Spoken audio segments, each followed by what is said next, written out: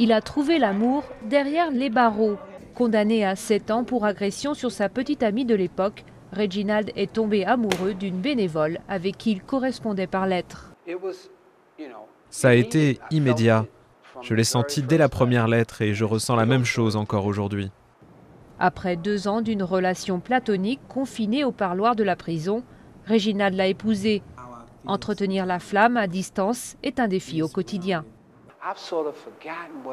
J'ai un peu oublié ce que c'était qu'une bouffée d'air frais, l'air libre, de pouvoir prendre une décision moi-même, serrer ma femme sans avoir quelqu'un derrière qui me dise « Doucement, vous allez un peu trop loin là ».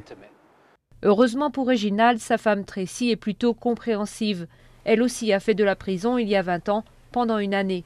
Depuis, elle a refait sa vie, ses études et elle a trouvé un travail à l'ONU. Une réussite qu'elle entrevoit aussi pour son mari. Une ordure pour les uns est un trésor pour les autres. Prendre soin de ce trésor n'a pourtant pas toujours été simple, car Reginald a été transféré plusieurs fois et parfois très loin. On ne peut pas dire que ça a été tout beau, tout rose, comme dans un conte de fées. Ça ne s'est pas passé comme ça, on a eu des hauts et des bas. Ma femme a même demandé le divorce à un moment. On ne s'était pas vus pendant une longue période et ça a un petit peu plombé notre relation. Mais je suis heureuse aujourd'hui que l'on soit encore ensemble.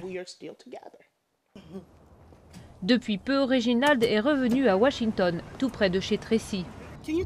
Vous pouvez m'emmener à la prison, s'il vous plaît ? C'est une des dernières visites de Tracy. Son mari est libéré à la fin de la semaine.